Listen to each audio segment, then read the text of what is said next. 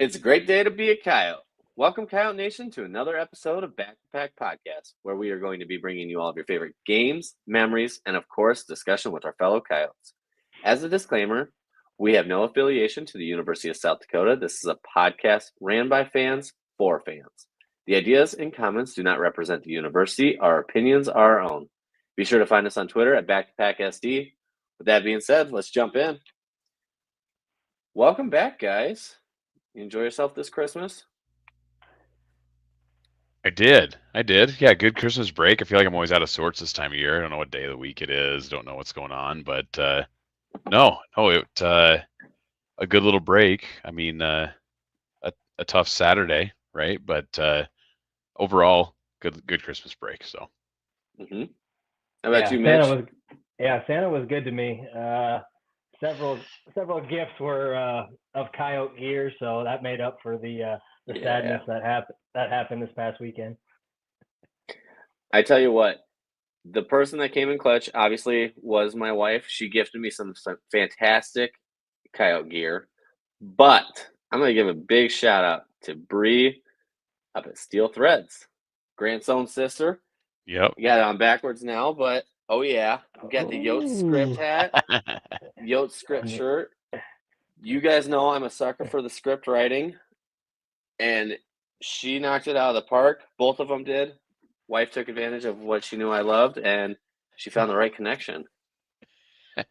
There you go. It's just the Yote connection, and Yote gear is always a great gift. I mean, that's a no-brainer. For real. Maybe I shouldn't have thrown the business name around.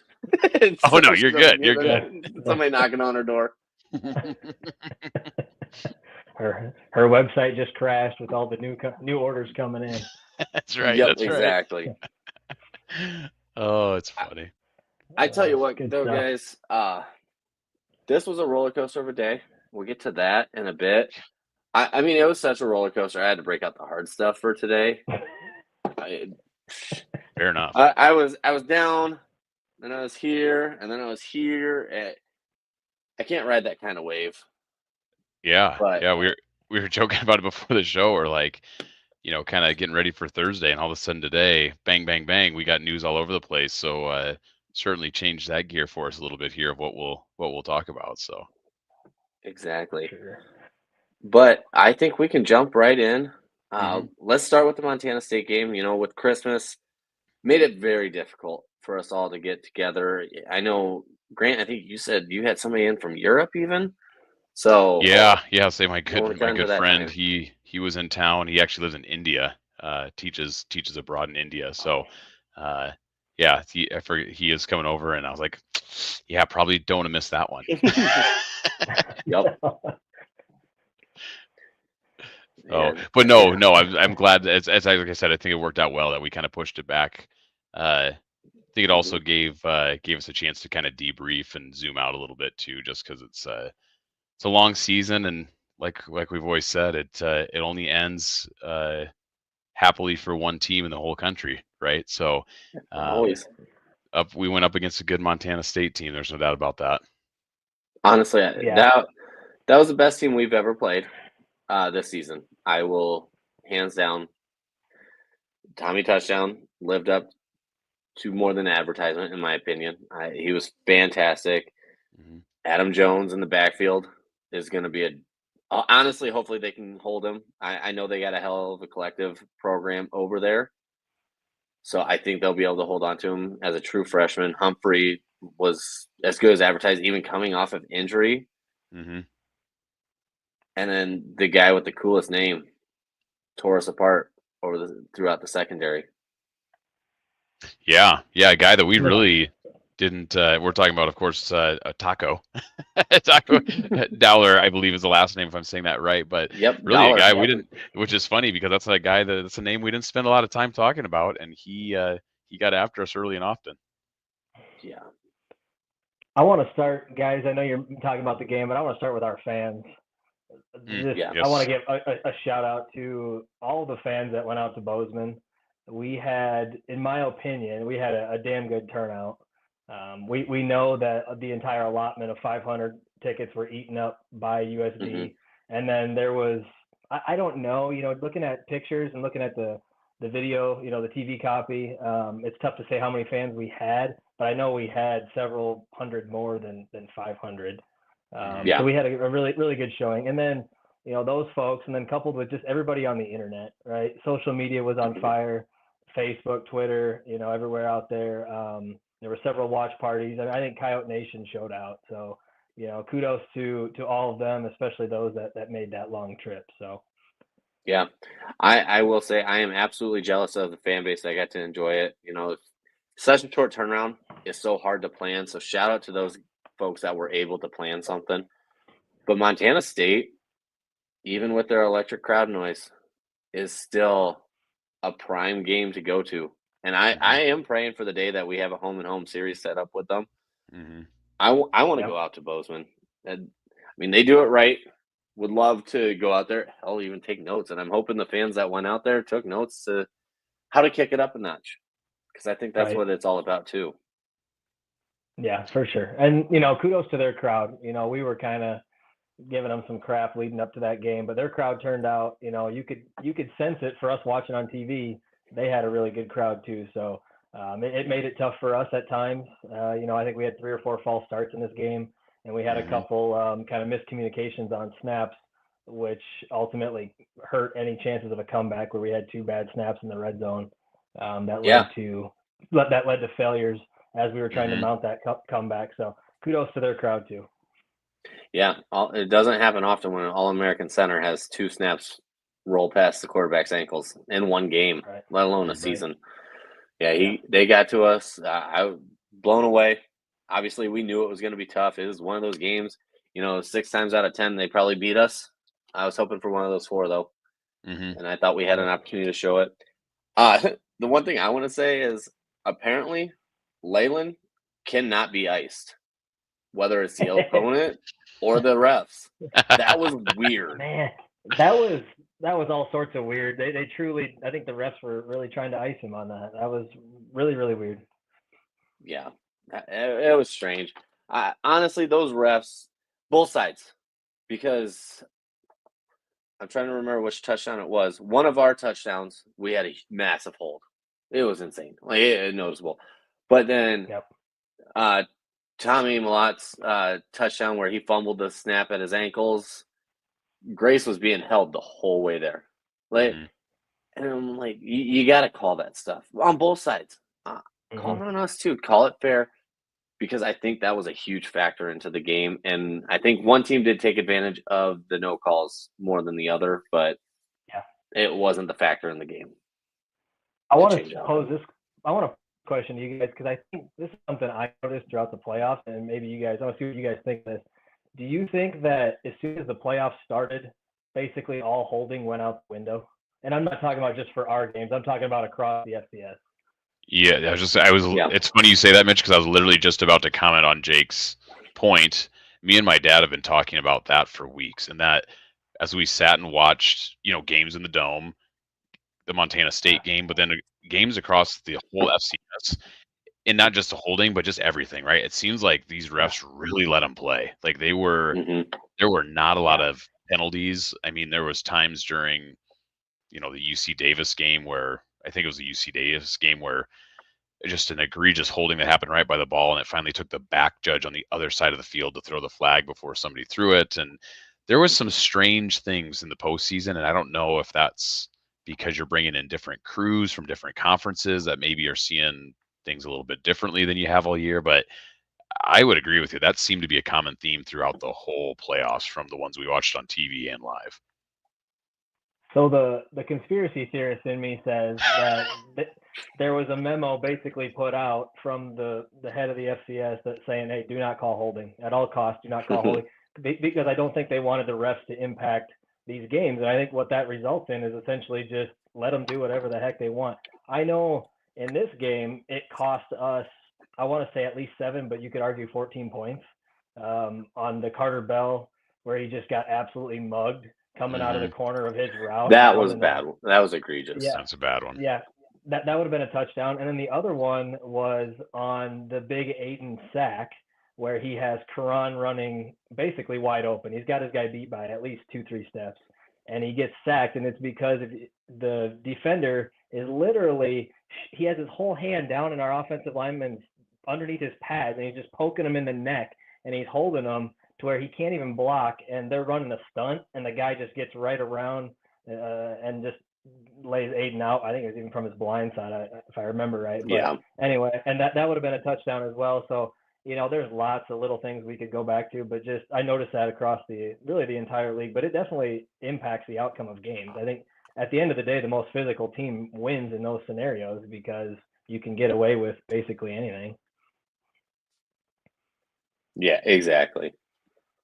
Yeah, and I was gonna say, I think, and I don't know if it's just and that's maybe a good point too, Mitch. Maybe the teams that are in the playoffs are just so much more physical than maybe that the teams we're used to seeing on a week by week basis, and maybe it just kind of naturally happens because of that. But there's definitely something to the playoffs that's a little bit different. There's no doubt about it. It reminds me of like NBA. I don't watch a lot of NBA, but it sure seems like the NBA playoffs are a lot bit different than NBA regular season, right? It seems like something similar. So, but anyway.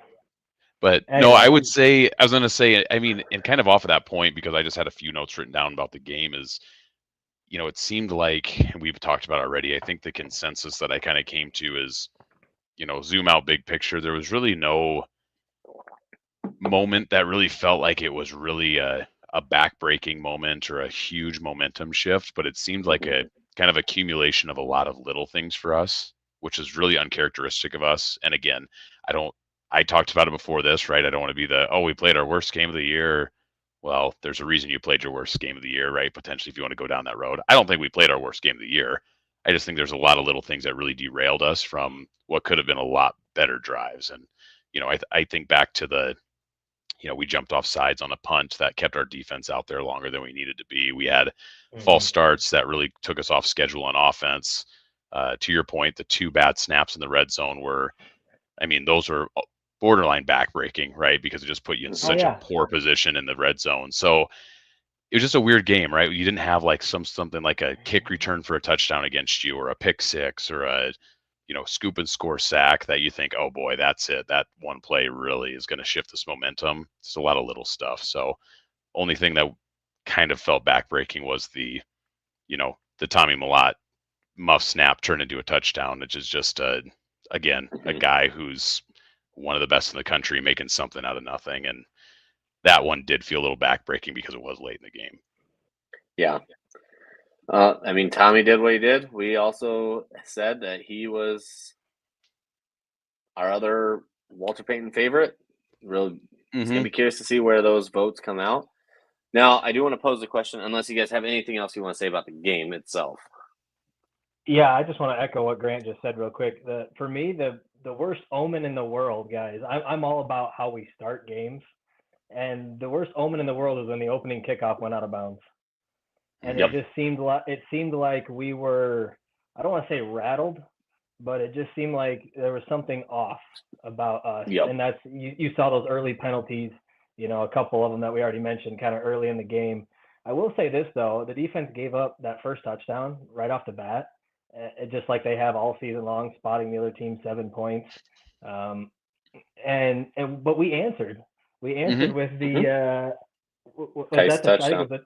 The Tice big run, longest touchdown run of his career, with the 55-yarder there. And so we answered that kind of initial, hometown surge, if you will, and then it became a battle. But the backbreaking, like you said too, I just want to kind of piggyback off that put us up put them up 31-14 when Tommy had that fumbled snap touchdown, and it just kind of felt like that was the end of us, even though we did try to mount the comeback. We had several opportunities to do so. And I think that was kind of the story of the game, is that when we had the opportunities, we didn't capitalize. Whereas in past games this year, we've seen us, convert and capitalize and claw back into games and end up finding a way to win those games. And in this game, it just didn't happen. And we really had 3 chances.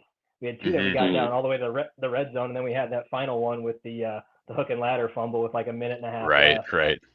That one's a long shot, but nonetheless, that would have been our 3rd chance to score. Being down 2 touchdowns, we had 3 cracks at it. So, but that, and then the other thing I wanted to mention too on just stats, guys, we outrushed them. They're the number one rushing team. They're putting up like 400 to 450 yards a game, and we outrushed them. And not only that, but I would say for the most part, we contained their run game as well. We not only did we rush the ball well, Tyson and Pierre both had astronomical numbers in terms of yards per carry, probably damn near season highs. And then we also, on the flip side, contained their run game, which is just, that's why the score doesn't add up. You know what I mean? Like the game it got really weird. I don't want to cut. As I say, Mitch, too, for people listening and looking at the stat sheet, you're talking running backs, right? Because running backs. Yeah, the running backs we kept in check. Tommy Mellott, we did not, right? And but to your point, there wasn't a lot of designed runs, right? A lot of his is improvising, and I mean that's what makes him great, of course, too, right? He has that ability to do it. But yeah, to your point, right? We held their running backs in check all game. Right, and if you take out his 41-yard touchdown, that was a really fluky play where he just out athletics everybody. If you take out that play, he's under 100. Yeah. Right. Mm-hmm. And so, I think about that, and it's just like, okay, so take out that one play, and it's an entirely different ball game. Yeah, especially based off the timing of when he is hit, too. Yeah. Yes. Yeah, and that's a good point too. Like to Mitch's point, we ran the ball well, especially early. And Jake, you mentioned it. We got away from it, and I understand once we were in the fourth quarter because we were chasing, but we seemed to get away from it a little bit earlier than I anticipated. And I don't know if that was maybe something that they were showing that we thought we could take advantage in the past, but it seemed like we did get away from the run. And then, like I said, by the time you got in the fourth, that's just a tough situation because everybody knows you're chasing points. You're down 2+ scores, and a little bit different there. But I would have liked to see us stick with the run a little bit longer. But again, I'm never going to try to be an X and O's expert on what defenses are showing and what we're audibling into or what we're seeing from the booth. Right? That's all. Right. Good things coaches may be seeing that we're not. Right. I do want to add, Tice went to the locker room. Mm-hmm. He was shaken up. His right shoulder, I think, is what it was. I know it was a shoulder for sure. I think it was his right. Was dinged up bad. He went to the locker room and ended up coming back on the field. Charles got shaken up too. Mm-hmm. And so I think that accounted to us going to passing more. And in reality, too, I don't see why our drive stopped when Aiden was 20 of 29. Right. Yeah, right. Look at our third down. Look at our third down conversion. It was absolutely horrible. Mm-hmm. Which, I mean, that was the key. That was my key stat. Third down conversion. I'm just going to say that's what I've written. Mm-hmm. Yeah.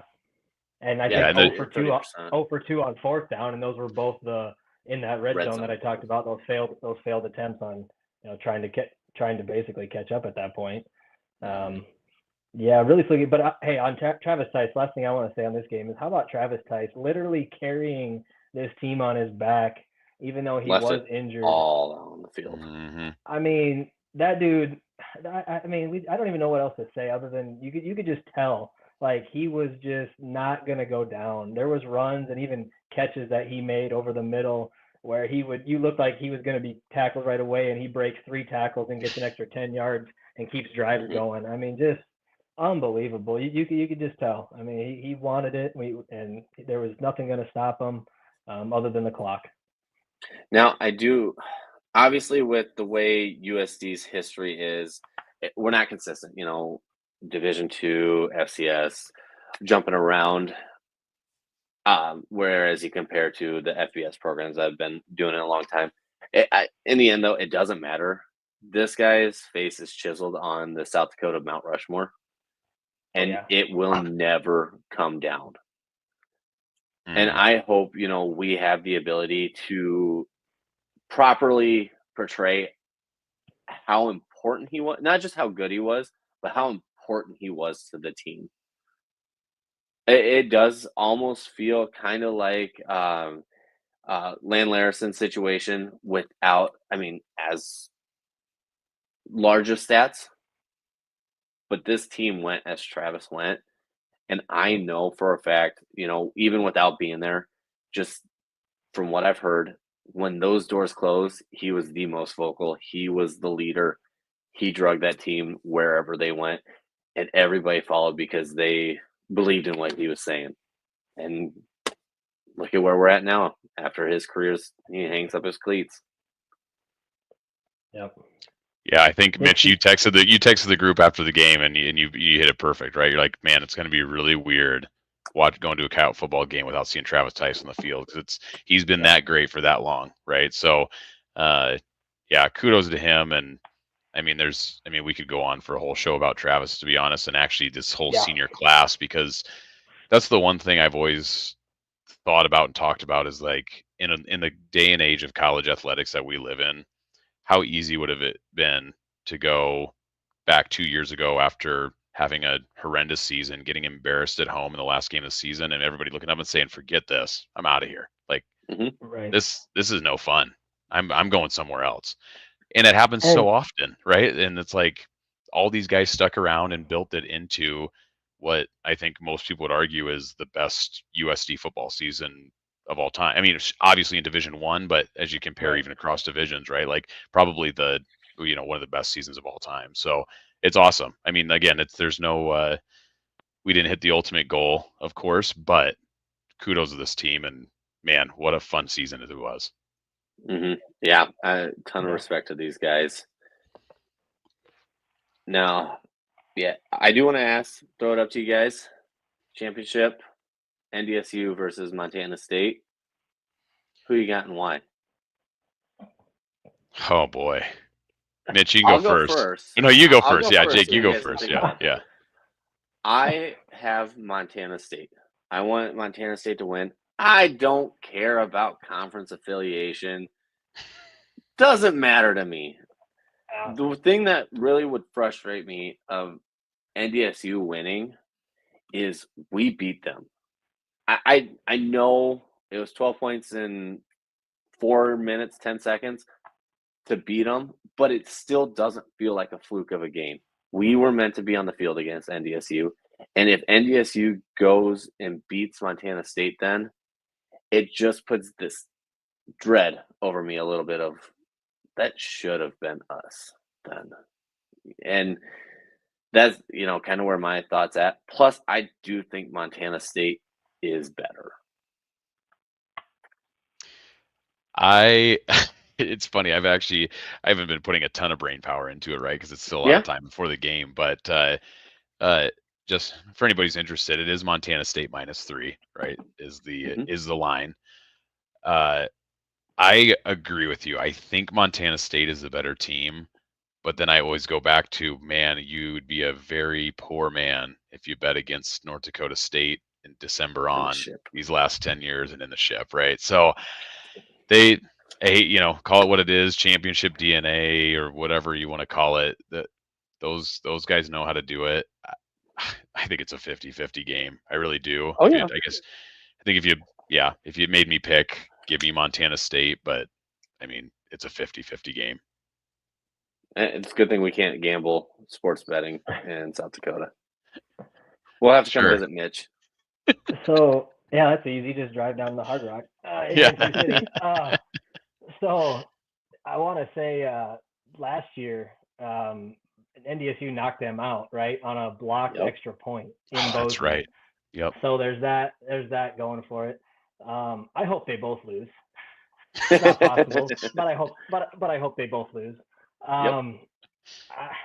This game, it's really, really interesting. I don't think that NDSU can contain Tommy. I think they have the horsepower on offense because they've got the Bryce Lance connection going now, but I don't think they're going to be able to contain him. I think he's the true X factor.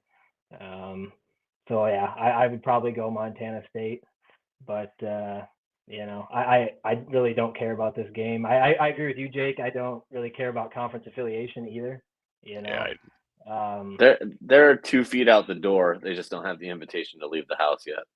I'm still butthurt about us not getting the 2 seed, and you guys, I didn't get to come on here because I missed that week and ran about that.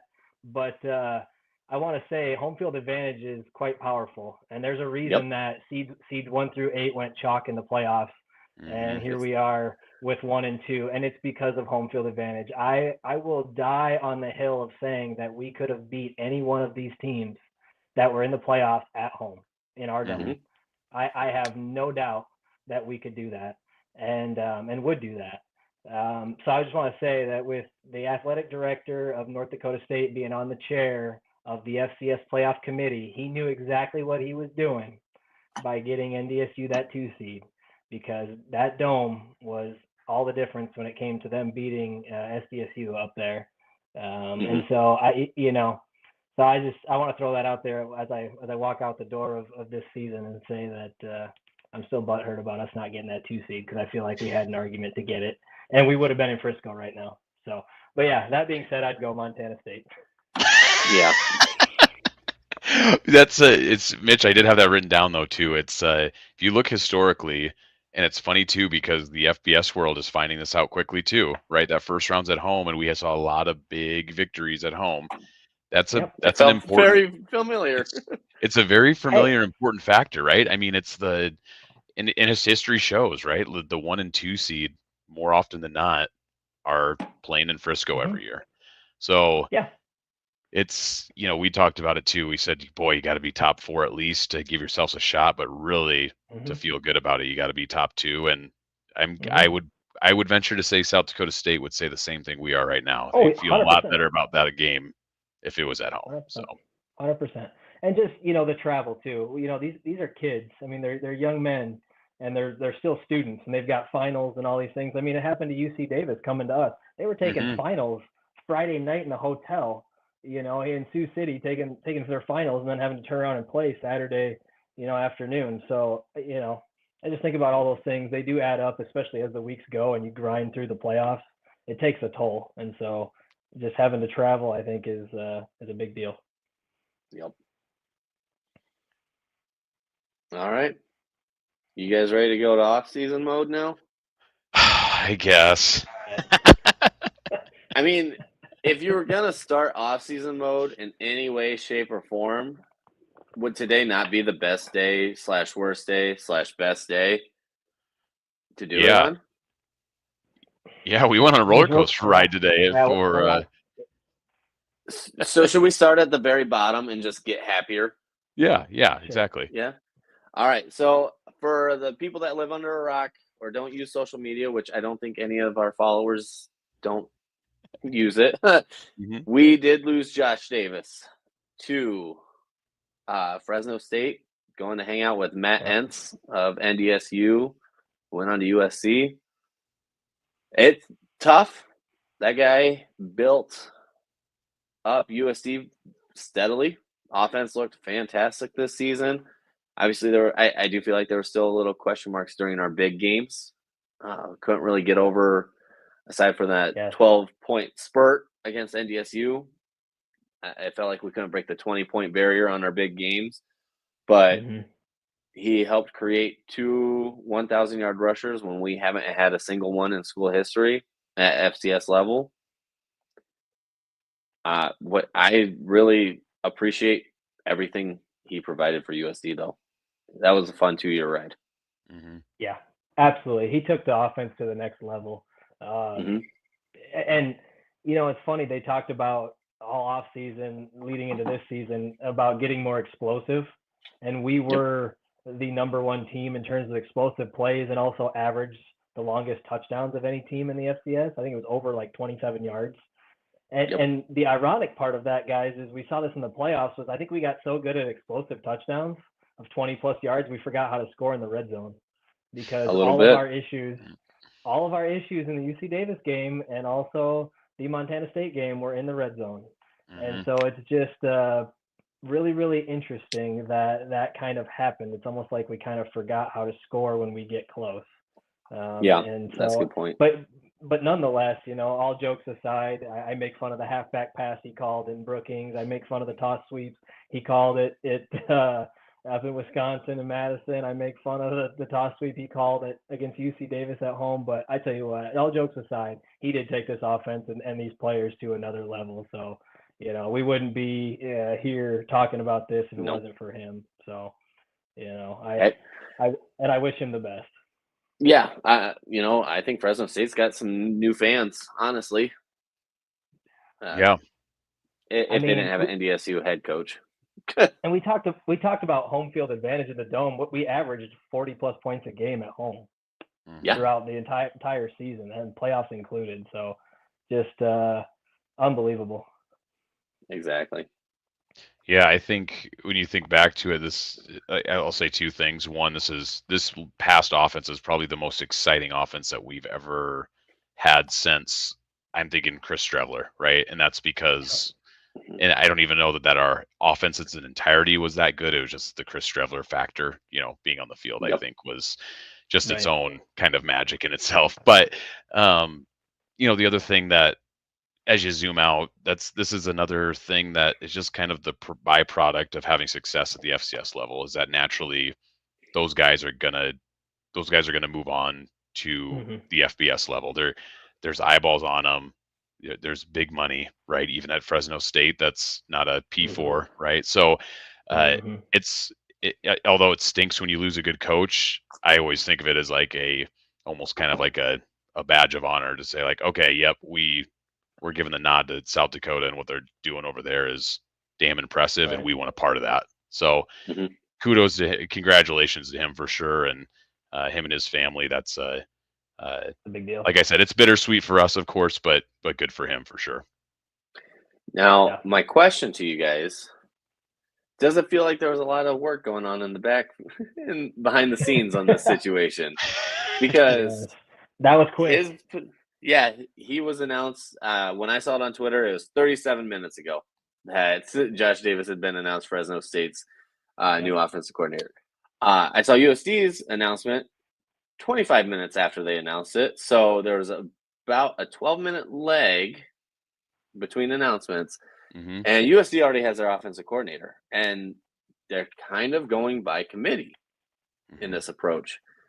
Tim Morrison as the offensive coordinator, and then Matt Vislam as the associate offensive coordinator. Yep. Pretty exciting to keep it in-house, in my opinion. Yes. I think that's a big deal. And now this is something I can't make a decision on. For Fresno State, it's easy because they have a resume.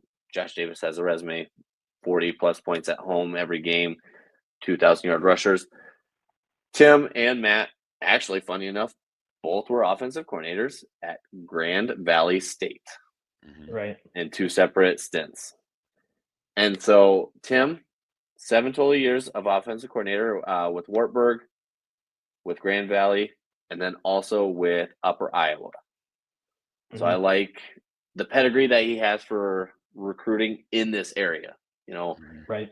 I think with South Dakota, we can win that with recruits within 400-mile radius of Vermilion. That's where he was at, and same with Matt. So I'm pretty excited about these hires, but it's going to be the fun questions that pop up. Yeah, I think the good thing about this, you mentioned it, Jake, is that you sometimes see the scenarios where the team's almost blindsided by a coach leaving. To your point, obviously this wasn't the case in this situation. Sounds like things were pretty well organized before things kind of fell into place. Yep. It's not our coach is leaving. Oh, what are we going to do now? Right? Like, seems like everybody was on the same page. That just points to a lot of organizational strength within. So I do. I like the move. It always feels good when you can feel good about promoting within. Yeah. The thing that's interesting, guys, is that so Morrison was our tight ends coach, and then Vitzum was the wide receivers coach. The only thing that's interesting to me, and time will tell how this plays out, but having co-offensive coordinators, kind of having with Tim being the primary offensive coordinator and then having an assistant offensive coordinator, I'm curious how that will work and how that looks on like game day per se. But time will tell. I don't know if I'm a fan of having two. But obviously internally they obviously think this is the best move for the team. For me, I'm a little bit skeptical in just how smooth things will be, but I do know this: they have a lot of toys to play with on that offense, as we return a bunch of playmakers. And we're going to get to another big announcement here in a second. But they have a lot of returning pieces to play with. So I'm confident that the offense will look good in 2025. Now I want to read just this clip that I pulled for you guys. You guys have already seen it, but on Matt Visthum's bio on Go Yotes, this short sentence, I think it'll help ease a lot of nerves. His offense is regularly ranked in the top 10 nationally in multiple categories, while the Lakers won 5 conference titles and made 7 Division II playoff appearances in his 10 years. So I think Coach Davis definitely coached these two up on how to do it at the FCS level. These two got the keys, and I can see them running, right out of the blocks with this one. Only time will tell, though. Yeah. The fun part we get to think about. Just a little time to think about it is all. A little Batman and Robin going on. Right. Exactly. And also, I was going to say, just to go off Mitch's point too, I also wonder whenever you see like a co-offensive coordinator, right? Who's going to take on what roles? My mind immediately goes, I'm like, okay, so that hopefully we got somebody in the booth, somebody on field. We're talking back and forth between what's going on. It'll be interesting to see, and obviously plenty of time to kind of work that out. It's not something happening last minute or anything like that too. So, but to Jake's point, there's one thing that really, really makes it easy on these guys is when you get arguably the most important position back when maybe you weren't expecting to get him back.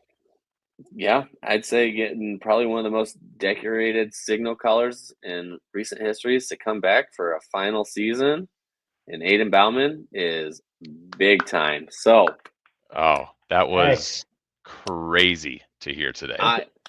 This is a Merry Christmas dessert. This is like, or even leftovers after you eat at lunchtime, and then everybody's hungry, by like 5, 6 o'clock, everybody's hungry again, and you go back and you get more. Like this is what it is. Yeah.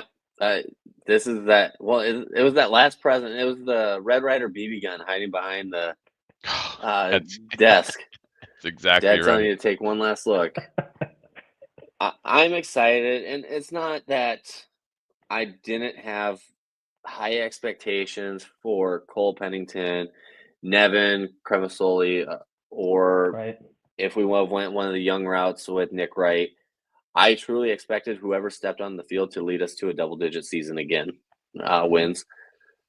This is just, we take a lot of comfort in knowing what he has to offer.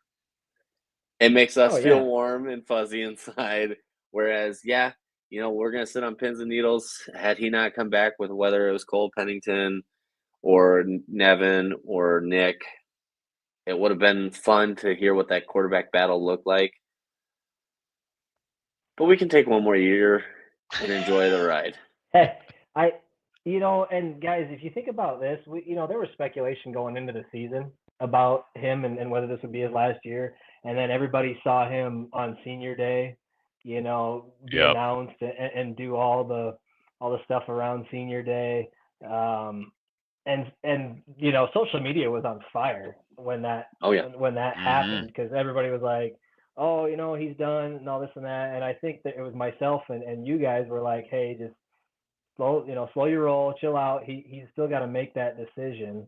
And we didn't expect him to make that decision until after the season was over. He's not going to make it, mid-season. So, so we just said, hey, he will make that decision at the time, when the time comes, but he's focused on this year. And you saw it in his announcement. He said, hey, it's been an emotional couple days now after the loss. I've had some time to think about it and came to that decision. So, now we can finally, we all know the answer, and it is what it is. You know what? And I'll say it too, with him and with the expectations that have been built with this program, I truly still would predict USD as, a competitor for the national title, for the Missouri Valley title, without Aiden. But now with Aiden, I can confidently say, we're going back. We're going to try to get that trophy. I truly think we have the potential to take it. 100%. I will say too, when you're a competitor at a high level, right, Division I athletics, you're a guy like Aiden Bauman. If the truth of the matter is, you're not going to come back to a team that you think is going to stink, right? If you think the writing's on the wall and you're like, man, we're losing all these pieces, we're doing this, we're doing that, I just don't see it. You probably are going to hang it up. So that's the other part that makes you feel good, is that you're like, okay, QB1 feels good about what's going on next year. How could you not be excited about that? I mean, especially in a world, we live in a college world where guys can leave on a whim, right? And I'm sure Aiden had opportunities to go elsewhere, and those doors are always open for guys who play at a high level like him. So it's incredibly exciting. To be honest, I had pretty much had myself convinced probably about 2 weeks ago that regardless of the outcome, that Bauman was not coming back. So this news was like a punch in the face today in a good way, right? Like, holy cow. Yeah. It really was. Also, I will say too, we were talking about this on Saturday. Me and a group of friends, they came over to watch the SDSU game at 11, and obviously stayed to watch the USD game later. But we were talking about it. We're like, all 4 of these quarterbacks are not going to be the quarterback for these teams next year, most likely, right? The only one that we were like, well, Aiden could technically come back, but again, this, we had all kind of talked about like, man, sounds like maybe he's not coming back. So now you think about that, and you think about, okay, the last 4 teams standing, only one team has their quarterback coming back. Makes you feel really good about 2025. Makes you feel really good. Think about the top 10 or even top 5 quarterbacks in the FCS this year, and then subtract the ones that are officially cannot return, and look at where Aiden's at. I mean, he's top 5, top 3, right? In FCS. And what really pisses me off is that he didn't have a touchdown pass against Montana State. His stat line bothers me, and I know he's coming for vengeance in 2025. And that's what really, really excites me. And with the weapons that we have returning, I think the sky's the limit. So, yeah, very, very excited. This is truly a gift to Coyote Nation, and I don't know what else to really say. There are no words. No, I'm smiling cheek to cheek on it. I will say, the craziest part about it all, for Aiden on his final ride, it all starts where everything began college-wise for him. His first game is in Ames, Iowa. That's right. The team that recruited him. And so it's a full circle, and I tell you what. We're going full circle. And we've joked about this on the podcast quite a bit. Full circle going on here. Exactly. We've joked about this before, though, that I have 2 teams that I root for. One obviously being Iowa State, and I was excited when Iowa State recruited Aiden. I loved his film coming out of high school. But now, USD has officially completely surpassed. They are team 1 in my mind. So it is go Yotes to the bone. Clones are going down to start the season next year. Aiden and Karan are going to accumulate 150 yards, 2 touchdowns together. Charles Pierre Jr. out of the backfield is going to tear him up for $130 and a tutty. I'm ready to ride. You know what? Let's just jump right into the Iowa State pregame show right now. I think it's the best time to do it. Let's get into it. I've been working my angles. Obviously, being an Iowa State fan for a life leading up to this, I have some ins with some places, and I'm getting insider info now for us, so we'll be good to go when that time rolls around. Especially when they're coming back, they actually have a game before us in Ireland against their biggest rival in Kansas State. That's right. And they get us the next week. Hey, Coyotes are going to start 1-0. I'll be there. I know you guys will be too. I will. I will be there. I will be there. You just have to survive the leading up to the game part, Jake. You have to make it alive to the actual football game without your liver exploding. I tell you what, it's going to be an absolute blast, just because I do have friends on so many sides, on both sides now. So many friends on both sides. I tell you what, I'm going to drag a crew of Coyote fans throughout Iowa State tailgate because it truly is the best tailgate in this region by far. So I'm going to show you guys, and then everybody take your notes because we're bringing it back to Vermilion when it's all said and done. I love it. That'll be I'm looking forward to that game. It's those close FBS games are always a blast. I love them. Yep. Perfect. Well, you guys got anything else you want to say? 247 days. That's what I'm gonna say. It's gonna be a desert. It's gonna be a desert. We're gonna be wandering through a desert looking for a drop of water over the next 200 or so days, but we're gonna make it, fellas. Right. I will say this to our Coyote fans that love following on the recruiting side. Please pay attention closely. Obviously, you can see our Twitter handles on here, but you can also find us at Back to Back SD. Transfer portal is hot. Yeah. If you see one of us three or the Back to Pack Twitter account showing love to a recruit in the portal, hit them up. When you search gifts, all one word, go Yotes. Mitch has exceeded expectations on this gift game. It's absolutely insane. Show these recruits love. You'd be surprised. Obviously, it doesn't beat dollars, but if you have two universities throwing the same amount of dollars NIL-wise, fan love pulls recruits in. We already did it to one tight end in the portal, so be sure to go back through ours and show him some extra love because Aiden needs a new toy in the tight end room too. Yes, I was gonna say it's one of those young guys they love the likes, they love the comments, they love all of that, right? So although maybe some of us crusty old guys aren't quite as into it, those young guys love it. They eat it up. That social media game is a big part of the game. I'll say DM me if you want to know what to say to the recruit. Just shoot me a DM and I'll type it up for you. Just send it, and then you just copy and paste that in. We're gonna get kids in. Coaches love it.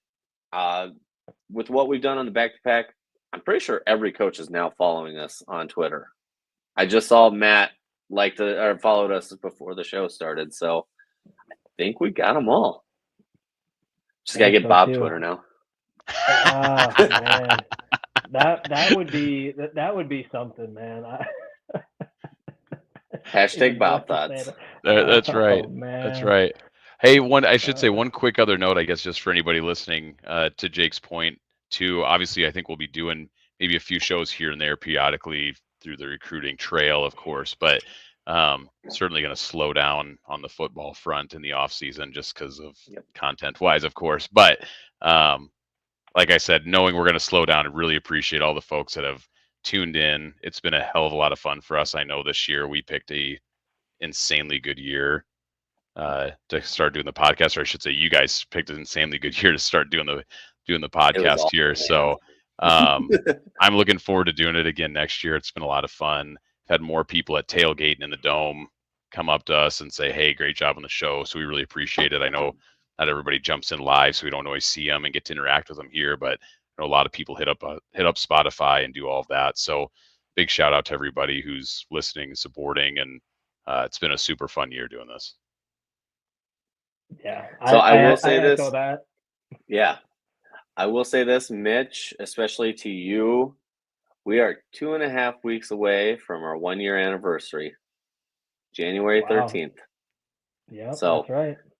We knew what we had when you and I and Jordan started the talks.